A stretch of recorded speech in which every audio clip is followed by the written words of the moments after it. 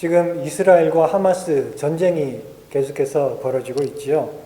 서로가 서로를 악마라고 하면서 완전히 파괴하려고 그렇게 지금 전쟁을 하고 있습니다. 피해 복수가 계속해서 이어지고 있는 것이죠. 가해자가 피해자가 되고 피해자가 다시 가해자가 되는 이런 악순환이 계속되고 있습니다. 누가 더 나쁜가요? 이스라엘과 하마스. 누가 더 나쁜가요? 그것 때문에 지금 전 세계가 갈라져 가지고 또 서로 대립하고 있는데 누가 더 나쁜가? 둘 다 나쁘죠. 둘 다 나쁩니다. 기독교인들은 이스라엘을 편드는 경향이 있긴 한데 지금 이스라엘에 필요한 것은 화해의 복음입니다. 거기에 유대교가 승리하느냐, 이슬람교가 승리하느냐 이런 게 중요한 게 아니라 그 땅에 필요한 것은 바로 예수 그리스도의 화해의 복음입니다. 그 땅에 평화를 가져오고 서로가 서로를 인정하고 화해할 수 있는 그런 평화의 복음, 예수 그리스도의 복음이 그 땅에 필요한 것입니다. 유대인도 죄인입니다. 무슬림도 죄인입니다. 우리 모든 사람들은 다 죄인이고 그렇기 때문에 예수님의 구원의 복음이 필요하고 우리를 새롭게 하는 평화의 복음이 필요한 것입니다. 우리가 다 죄인이기 때문에 죄 없는 예수님께서 우리를 위해서 십자가 위에서 죽으셨습니다. 오늘 읽은 본문에 보면 예수님은 죄가 없으시다 하는 사실이 계속해서 밝혀지고 있습니다. 예수님은 분명히 죄가 없는 분임이 확실한데 그런데 왜 끔찍한 십자가의 극형을 당해서 죽으셔야 했을까요? 왜 죄 없는 예수님을 사람들은 그렇게 미워하고 죽이려고 했을까요? 그것은 바로 사람들이 다 죄인이기 때문에 그렇습니다. 예수님은 빛이고 그들은 어둠이기 때문에 그렇습니다. 어둠은 빛을 싫어합니다. 예수님은 이 땅에 빛으로 오셨고 죄가 없으시고 거룩하신 하나님의 아들이기 때문에 어둠 가운데 살던 죄인들은 그 빛을 감당하지 못하고 예수님을 미워하고 죽이게 된 것입니다. 대제사장들과 종교 지도자들은 예수님을 미워해서 죽이고 싶었지만 그들은 예수님을 죽일 수 있는 권한이 없다고 했죠. 그래서 그들은 예수님을 끌고 빌라도 총독에게 갔습니다. 빌라도 총독에게 고소를 해서 빌라도 총독이 사형을 언도하도록 그렇게 예수님을 끌고 빌라도 총독에게 갔습니다. 그러면서 예수님을 고소하는데 세 가지 죄목으로 고소를 합니다. 오늘 본문 2절에 보니까 고소하여 가로되 우리가 이 사람을 보매 첫째 우리 백성을 미혹하고 둘째 가이사 황제에게 세금 바치는 것을 금하고 셋째 자칭 왕 그리스도라 하더이다. 이렇게 고소를 했습니다. 첫째, 예수님은 백성들을 미혹한다. 이렇게 고소를 했습니다. 예수님의 가르침이 백성들을 속이고 백성들을 거짓된 길로 이끌어가고 있다. 이렇게 고소를 하고 있는 것입니다. 그러나 사실은 정반대지요. 정반대입니다. 오히려 대제사장들과 바리새인들과 유대인들의 종교 지도자들이 백성들을 미혹하고 그들을 거짓된 길로 잘못된 길로 인도하고 있습니다. 그들이 하나님의 뜻과 어긋난 그런 가르침을 통해서 백성들을 오히려 잘못된 길로 이끌고 있고 또 그들이 가지고 있는 탐욕과 위선으로 인해서 백성들을 오히려 멸망의 길로 이끌고 있는 것입니다. 예수님께서는 백성들에게 참된 하나님의 말씀을 전파하셨던 것이죠. 예를 들면 마태복음 5장 43절, 44절에 보니까 예수님께서 말씀하시기를 또 내 이웃을 사랑하고 내 원수를 미워하라. 이렇게 유대교가 가르치는 것을 너희가 들었으나 나는 너희에게 이르노니 너희 원수를 사랑하며 너희를 핍박하는 자를 위하여 기도하라. 라고 말씀하십니다. 자, 누구 말이 맞습니까? 원수를 미워하라 라고 하는 이 바리새인들, 유대인의 종교 지도자들의 말이 맞습니까? 원수를 사랑하라 라는 예수님의 말씀이 맞습니까? 어느 것이 하나님의 뜻을 백성들에게 전하는 것입니까? 예수님께서 바로 하나님의 말씀, 하나님의 뜻을 백성들에게 바르게 전하고 있는 것이죠. 그런데도 그들은 예수님이 백성들을 미혹하고 잘못된 길로 이끌고 있다라고 고소를 했습니다. 엉뚱한 죄를 뒤집어 씌우고 있는 것이죠. 두 번째, 예수님께서 가이사 황제에게 세금을 바치는 것을 금하고 있다, 이렇게 고소를 했습니다. 이것은 팩트에서 완전히 벗어난 가짜 뉴스죠. 예, 요즘에 미국이나 한국이나 이 가짜 뉴스 때문에 골치가 아픈데, 이들이 고소한 그 말이야말로 100% 가짜 뉴스입니다. 예수님께서 로마에게, 황제에게 세금을 바치지 마라, 오직 하나님께만 예물을 드려라, 그렇게 가르친 적이 있습니까? 없습니다. 세금에 대해서 예수님이 가르치신 거 우리 전에 살펴보았죠. 누가복음 20장 25절 말씀인데, 그때 주님이 뭐라고 하셨습니까? 가이사의 것은 가이사에게, 하나님의 것은 하나님에게 바치라, 이렇게 말씀하셨습니다. 가이사 황제의 것은 가이사 황제에게 바치라, 즉 우리는 악한 정부라고 할지라도 내야 될 정당한 세금은 내야 되고, 그리고 국가의 법과 질서를 잘 따라야 된다라고 가르치셨죠. 그렇지만 국가의 법이라고 할지라도 하나님의 말씀과 하나님의 뜻에 어긋나는 것이라면 그것이 우리에게 어떤 위협과 손해를 준다 할지라도 우리는 먼저 하나님의 뜻을 따라야 된다, 이렇게 가르치셨죠. 여기 어디 가이사에게 세금을 바치지 말라라는 말이 있습니까? 그런데 그들은 예수님을 로마에 반역하는 그런 정치범으로 몰고 가서 죽이고 싶으니까 이런 거짓말로 예수님을 고소하고 있는 것입니다. 세 번째, 그들이 고소하는 내용도 마찬가지입니다. 그들은 예수님이 스스로 왕이라고 하고 그리스도라고 주장한다, 이렇게 고소를 했습니다. 사실 예수님께서 이 빌라도 총독에게 끌려오기 전에 유대인들의 공회, 산헤드린 공회에서 재판을 받으실 때 대제사장들 앞에서 뭐라고 하셨습니까? 인자가 구름을 타고 오고 하나님의 보좌 우편에 앉을 것이다. 즉 예수님은 인자, 그리고 하나님의 아들 그리스도다라고 분명히 말씀을 하셨죠. 유대인의 지도자들, 대제사장들 입장에서 볼 때 이것은 하나님의 이름을 모욕하는 그런 신성 모독죄입니다. 감히 자기가 하나님의 아들이라고 하나님의 거룩하신 이름을 이렇게 입에 올리면서 거짓말하고 있으니까 신성 모독죄라고 하면서 길길이 날뛰며 죽어 마땅하다, 그렇게 했죠. 하지만 사실 예수님은 하나님의 아들이죠. 하나님의 아들이 하나님의 아들이라고 말하는 게 왜 신성 모독입니까? 그러나 이 대제사장들과 바리새인들은 예수님을 믿지 않았기 때문에, 예수님이 하나님의 아들이라는 사실을 믿지 않았기 때문에 그들은 그렇게 예수님이 하나님을 모욕한다라고 하면서 죽이고자 했던 것입니다. 그런데 예수님이 하나님의 아들이라고 주장하는 것 가지고는 죽일 수가 없습니다. 그래서 그들은 예수님을 끌고 빌라도 앞에 와서 고소할 때 뭐라고 합니까? 이 사람은 자칭 왕 그리스도라고 합니다 라고 하면서 이 왕이라는 말을 살짝 집어넣었어요. 이 사람은 자기가 그리스도 하나님의 아들이라고 주장합니다, 이렇게 말하면 빌라도가 콧방귀도 안 낍니다. 그래? 너네들이 알아서 해. 뭐 하나님의 아들이면 아들이고 너희들이 판단해라. 끝나버립니다. 유대인들의 정글적인 문제, 거기에 대해서는 빌라도는 전혀 간섭을 하지 않습니다.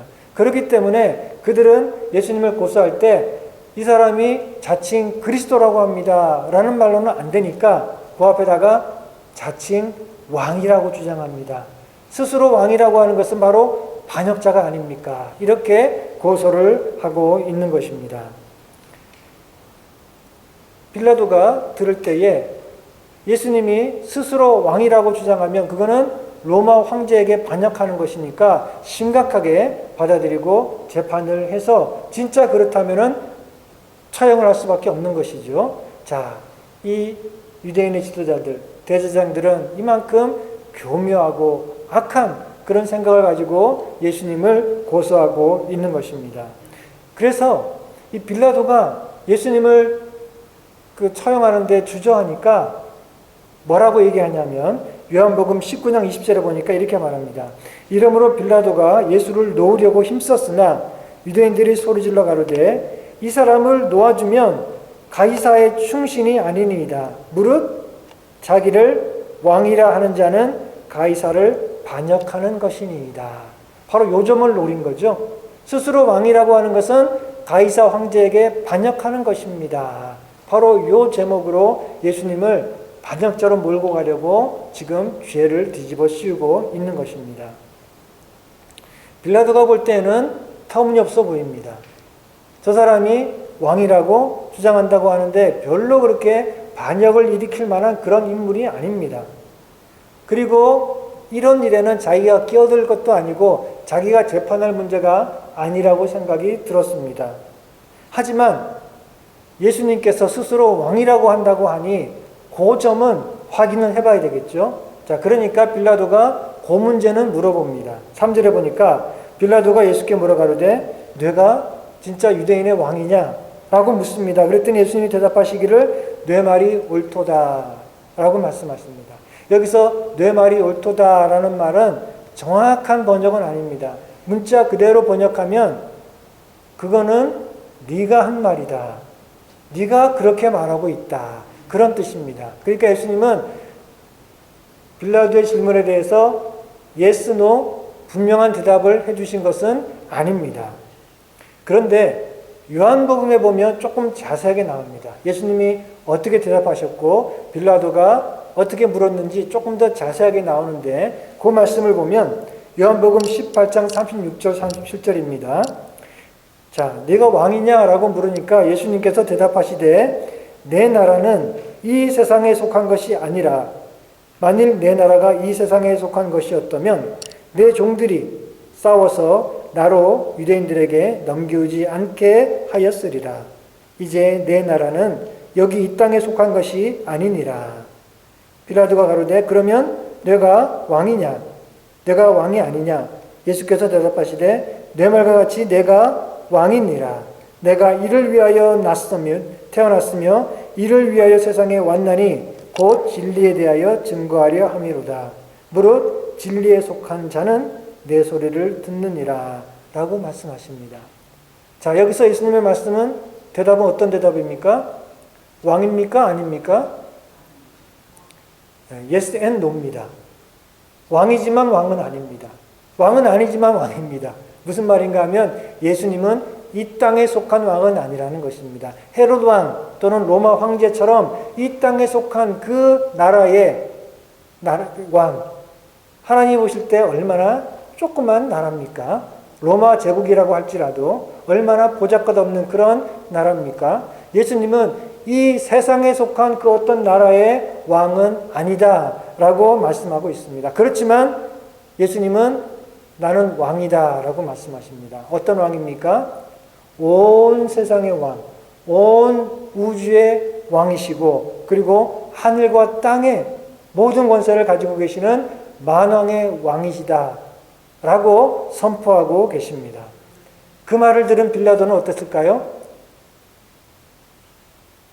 저 사람이 로마에 반역하는 그런 정치범은 아니구나. 사람들이 저 사람을 로마에 대항해서 뭔가 막 이렇게 폭동을 일으키려고 하는 사람으로 지금 몰고 가는데 터무니없는 말이구나 하는 게 감이 왔겠죠. 그래서 빌라도는 내가 보니 이 사람은 죄가 없도다 라고 무죄 선언을 했습니다. 하지만 무리들은 계속해서 예수님을 고소합니다. 아닙니다. 저 사람은 죽어 마땅한 반역자입니다. 계속 고소를 합니다. 저 사람은 소동을 일으키고 갈릴리로부터 와가지고 지금 사람들을 미혹합니다. 라고 고소를 합니다. 빌라도가 듣다 보니까 갈릴리? 저 사람이 갈릴리 출신이야?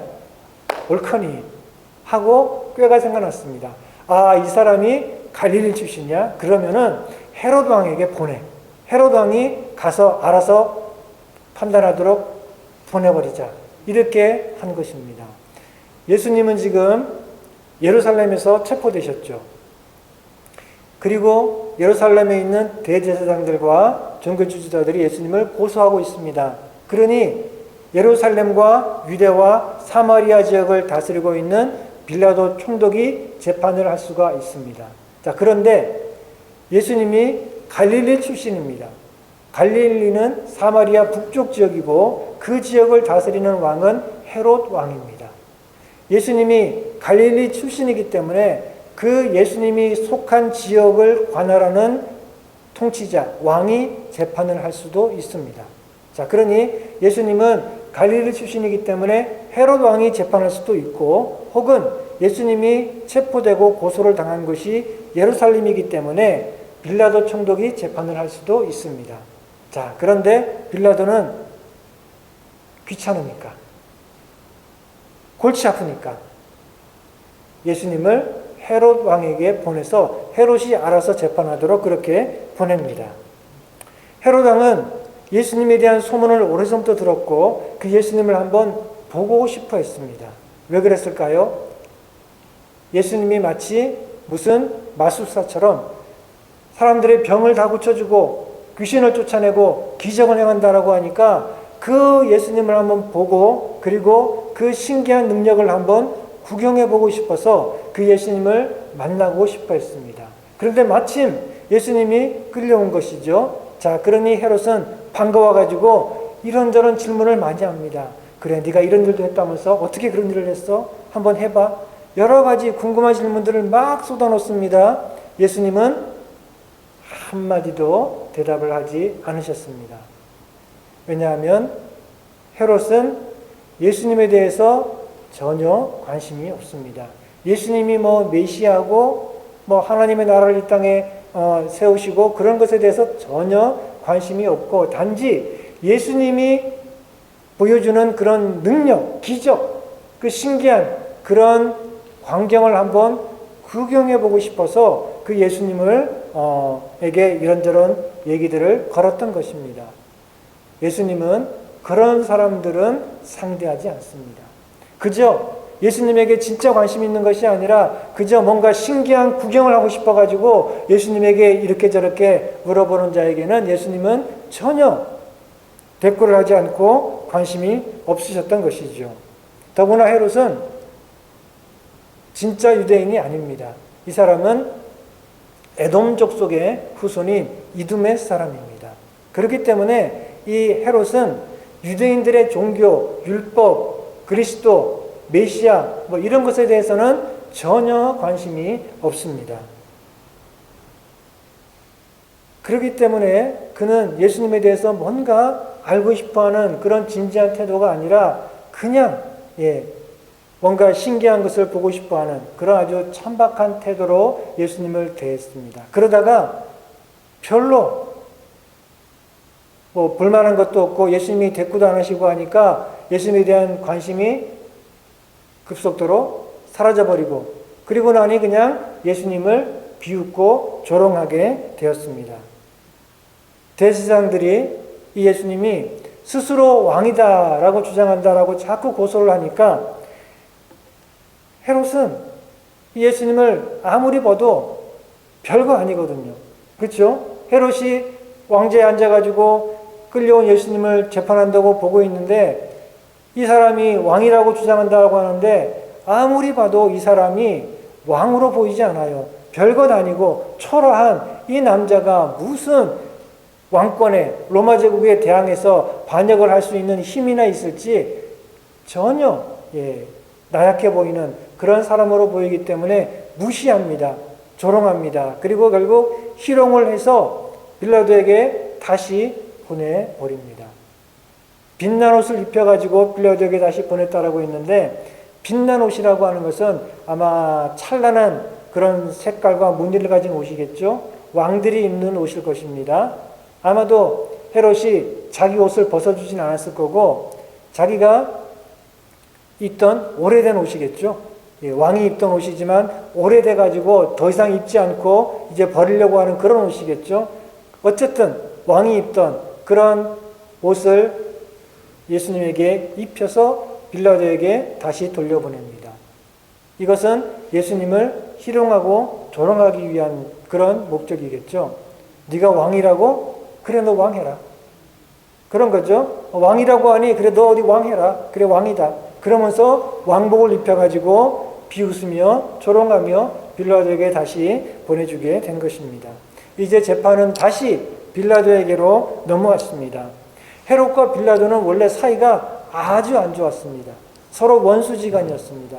아마도 헤롯은 왕이고 빌라도도 유대와 또 사마리아 지역을 다스리는 통치자이기 때문에 서로 누가 더 힘이 세냐, 누가 더 이 권력을 더 가지고 있느냐 하는 것 때문에 서로 견제하다 보니까 아주 사이가 안 좋았던 것 같습니다. 그렇지만 이 예수님을 재판하는 일에 대해서는 그들은 형님 먼저, 아우 먼저, 그렇게 아주 사이좋게 서로를 존중해주는 그런 모습을 보이고 있습니다. 왜 그랬을까요? 왜 자기가 내가 왕이니까, 내가 총독이니까 판결을 딱 내리고 결정하고 그렇게 해도 되는데 안 그러고 형님 먼저, 아우 먼저 그러면서 서로에게 재판에 이 권리가 있다라고 서로 존중해 주듯이 서로 미룬 이유가 뭘까요?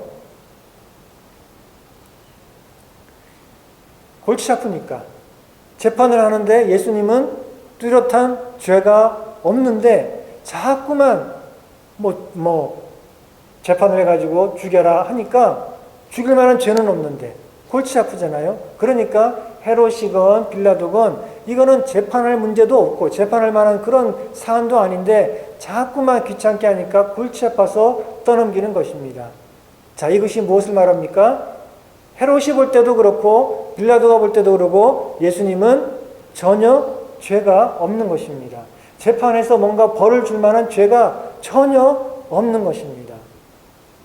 오늘 본문에 이 헤롯과 빌라도의 재판을 보면 우리 예수님은 전혀 죄가 없다는 사실이 분명히 드러나고 있습니다.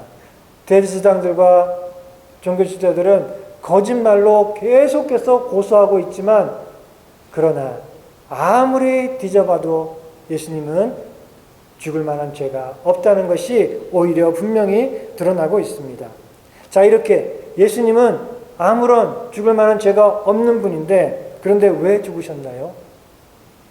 왜 빌라도가 볼 때도 죄가 없고 헤롯이 볼 때도 죄가 없는데 왜 예수님은 십자가 위에서 그 극형을 당해서 죽으셔야 됐을까요?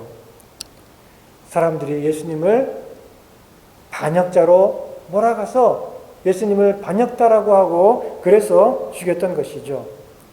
그들이 볼 때 예수님은 반역자였습니다.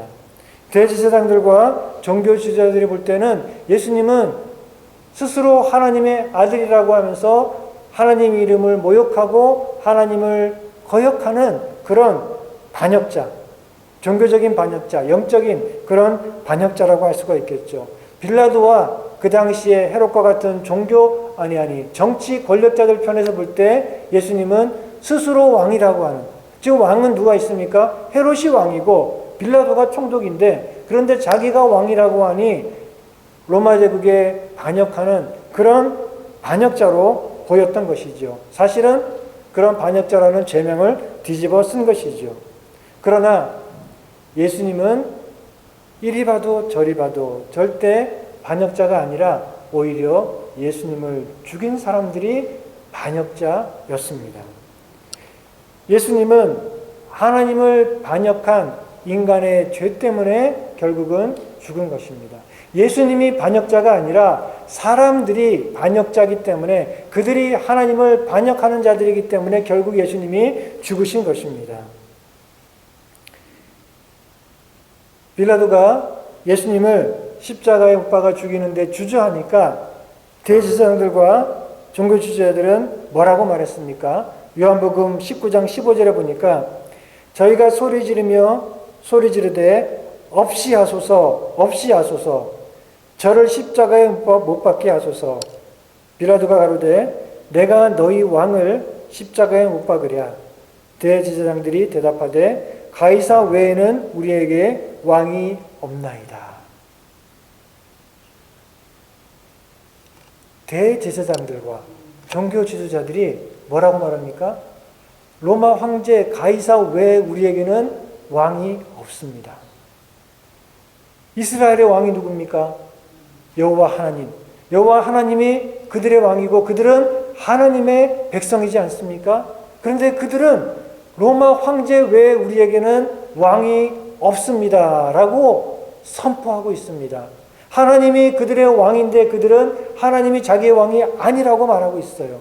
로마 황제가 자기들의 왕이다라고 말하고 있습니다. 하나님의 아들이신 예수님을 죽이기 위해서, 그래서 그들은 우리는 로마 황제에 충성된 백성들이고 로마 황제에 대항하는 저 예수라는 사람을 빨리 죽이시오, 이렇게 말하고 있습니다. 그들은 하나님이 그들의 왕임에도 불구하고 그 하나님께 반역하고 그들의 욕심과 탐욕과 이권을 채우기 위해서 그들은 로마에 빌붙고 로마 황제를 왕이라고 서심없이 말하고 있습니다. 빌라도도 마찬가지입니다. 빌라도는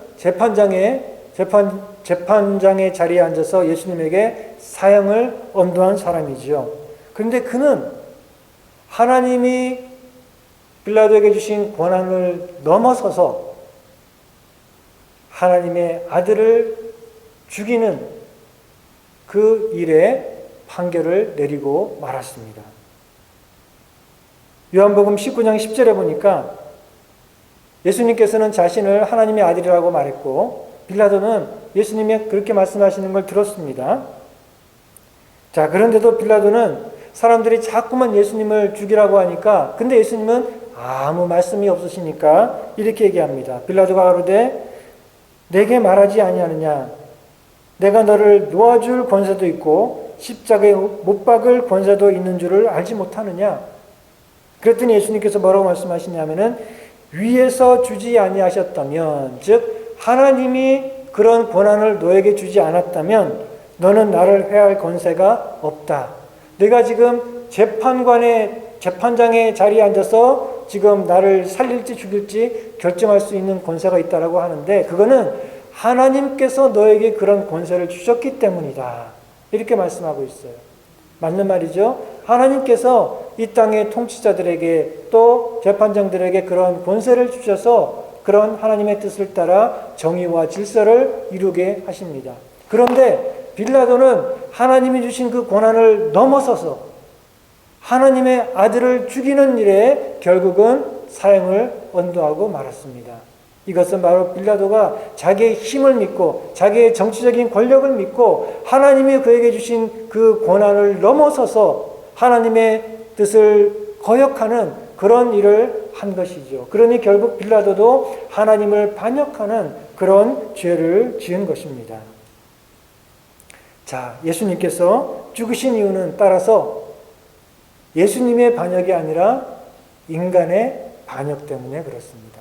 사람들의 반역, 대제사장들이 하나님이 우리의 왕이 아니다 라고 하는 그런 반역, 빌라도가 하나님의 주신 권한을 넘어서서 자기 마음대로 하나님의 뜻을 어긋나는 그런 판결을 해버리는 그런 반역, 인간이 하나님을 인정하지 않고 하나님께 순종하지 않고 스스로 왕이라고 하며 자신의 뜻과 판단과 욕심을 따라 살아가는 그 반역, 이 인간의 반역이 모여서 결국은 예수님이 그 반역자의 이름으로 십자가 위에 죽으신 것입니다. 우리 모두는 다 하나님을 떠나서 스스로 왕인 것처럼 살아가며 하나님을 반역했기 때문에 예수님께서 우리를 대신해서 반역자의 죄를 짊어지고 죽으신 것입니다. 사람들은 자신들이 얼마나 더럽고 악한 죄악 가운데 살고 있고 심판받아 마땅한 죄인이라는 사실을 잘 알지 못합니다. 내가 뭐 얼마나 나빠, 내가 무슨 죄인이야, 내가 이렇게 착하게 살고 있는데. 그들은 하나님을 반역하고 있다는 그 사실, 가장 크고 무거운 죄, 하나님을 인정하지 않고 하나님을 떠나서 스스로 왕인 것처럼 살아가는 그 반역자라는 사실을 모르고, 그러는 가운데 그들은 온갖 자기들의 마음과 욕심을 따라 죄악 가운데 살아가고 있으면서 그들은 죽어 마땅한 그런 심판받아 마땅한 죄인이라는 사실을 모르며 살아가고 있습니다.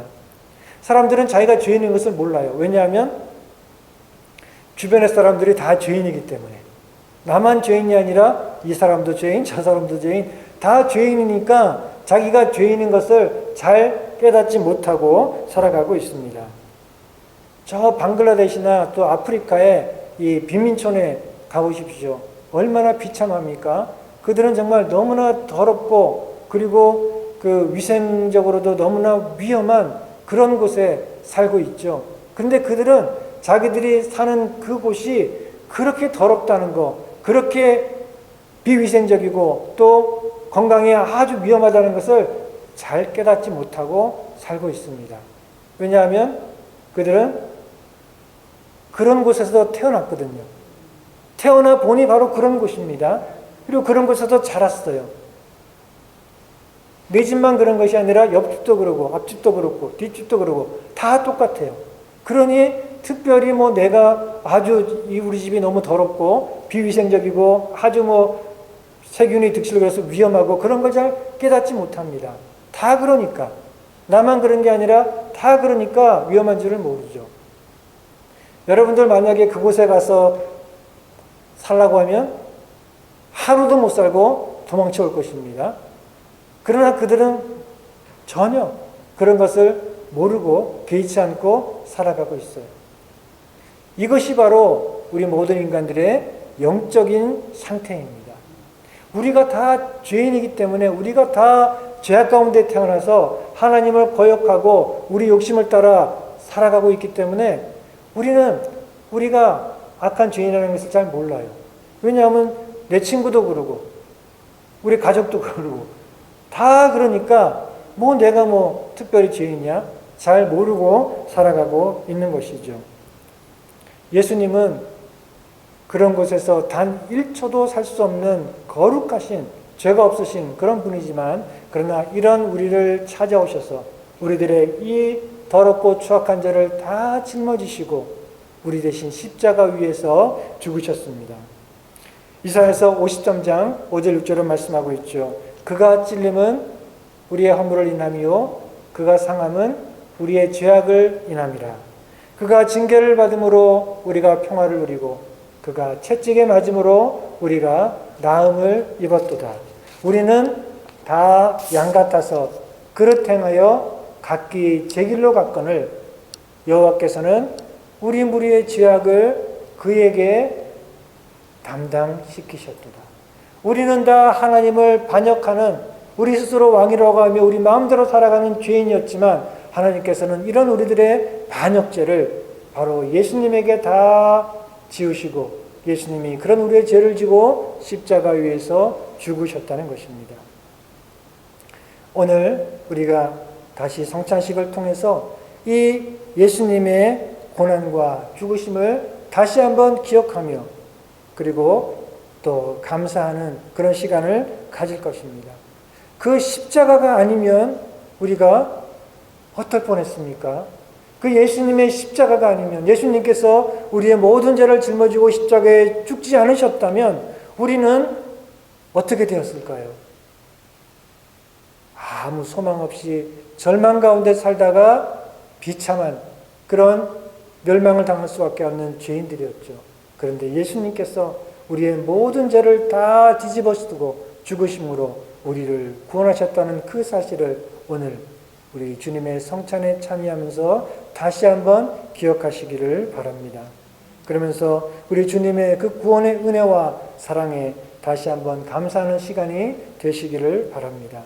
그리고 하나님을 반역했던 우리의 죄악된 몸이 이제는 예수님의 십자가 위에서 주님과 함께 죽었고 그리고 주님의 부활과 더불어 이제 우리는 새 생명으로 살아났음을 기억하시기 바랍니다. 그래서 이제는 더 이상 하나님을 거역하던 그런 죄악된 옛사람의 삶을 살아가는 것이 아니라 이제 주님 안에서 새롭게 되고 날마다 주님을 닮아가며 주님이 주시는 새 생명으로 충만한 그런 삶을 살아가는 저 여러분들 다 되시기를 주님의 이름으로 축원합니다. 우리 기도하겠습니다.